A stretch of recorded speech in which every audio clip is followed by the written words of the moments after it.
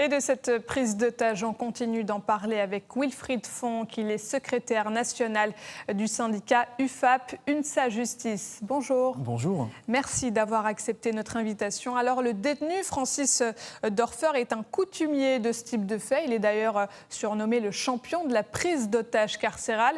Comment expliquer qu'il ait pu une nouvelle fois prendre en otage, cette fois un surveillant et une stagiaire? Il n'a pas été soumis à un traitement particulier, il n'a pas été mis à l'écart? Disons que Francis Dorfer, c'est effectivement le champion olympique entre guillemets de la prise d'otage en milieu carcéral. C'est sa 5e. Il a démarré en 2006 sur Nancy en prenant en otage sa psychiatre. C'est un individu qui présente des troubles, on va dire, d'ordre de la personnalité, sans rentrer dans le détail médical. Et là, il se retrouve sur un établissement sécuritaire, à haut niveau de sécurité, normalement.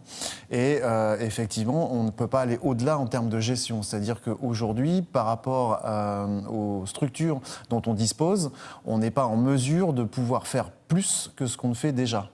Donc la politique pénitentiaire aujourd'hui doit être revue et urgemment pour pouvoir changer un peu le cap et de pouvoir partir vers une prise en charge qui soit spécifique en fonction des profils des détenus. Donc il n'y a pas eu de faute, d'inattention ou de faute quelconque? Absolument pas d'erreur commise par les personnels. Les personnels aujourd'hui sont les victimes, une fois de plus, d'un individu totalement instable qui ne peut pas être géré en l'état dans ce type de structure.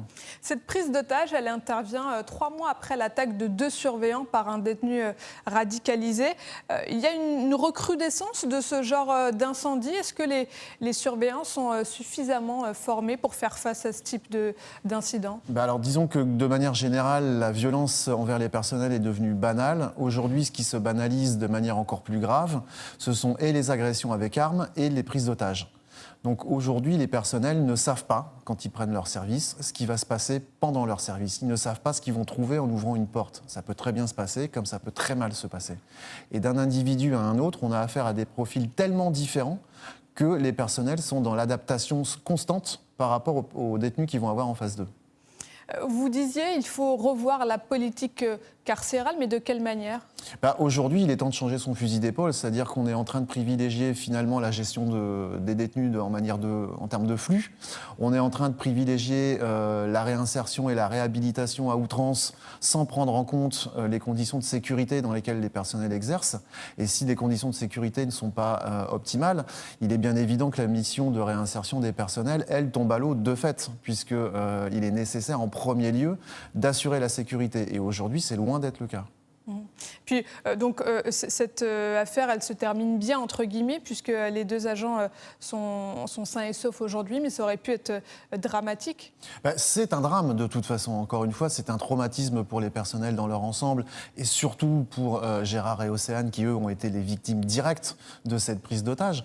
Mais il est bien évident que pour pouvoir évoluer favorablement, il va falloir à un moment donné que le pouvoir politique se pose la question de l'utilité de la prison, du sens de la prison et de ce qu'on fait pendant le temps de l'incarcération. Parce qu'on ne peut plus continuer dans ces conditions-là. Est-ce qu'aujourd'hui, il faut absolument réformer? Il faut absolument réformer. La dernière loi pénitentiaire date de 2009. On est en 2019. Les choses ont évolué, le profil de la population pénale a évolué, et ça, c'est des paramètres qui ne sont pas pris en compte. Et tant qu'on n'aura pas pris en compte le profil et pénal et carcéral d'un détenu, on ne pourra rien faire pour assurer une prise en charge qui soit optimale tant pour les personnels en matière de sécurité et qui soit optimale pour la société en matière de réinsertion. Est-ce que c'est difficile aujourd'hui de travailler au sein d'un centre pénitentiaire? Quelles sont les conditions de travail des agents? Les agents, que ce soit en maison d'arrêt, qui sont les établissements les plus surpeuplés de France, ou en établissement pour peine, dès lors qu'un personnel va prendre son service, il est évident pour lui qu'il y va avec la boule au ventre, parce qu'à tout moment, il peut arriver un acte de violence vis-à-vis de lui. Mais ils sont armés? Pas du tout. Un personnel n'est pas armé, tout simplement pour assurer sa propre sécurité, parce que l'arme peut, par destination, se retourner contre lui à un moment ou à un autre.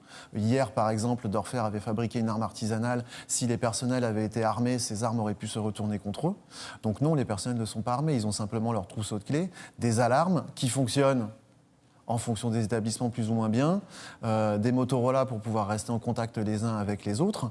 Donc ils n'ont finalement que leur manière de se comporter, leur formation plus ou moins discontinue, on va dire, en matière de techniques d'intervention et de self-défense, et finalement la psychologie pour pouvoir s'en sortir à bon compte. Ça sera le mot de la fin. Wilfried Fonck, merci d'avoir répondu à nos questions. Je rappelle que vous êtes secrétaire national du syndicat UFAP UNSA Justice.